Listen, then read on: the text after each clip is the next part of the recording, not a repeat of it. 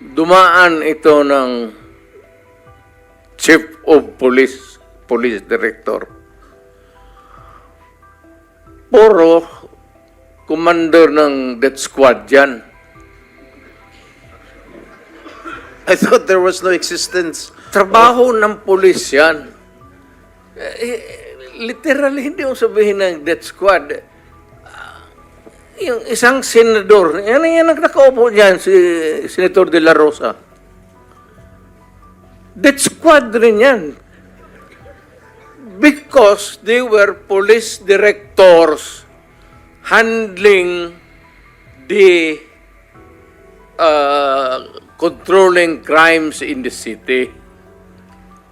So, pag sinabi mong death squad, it's a very loose term na ginagamit mo lang parang ganon easily.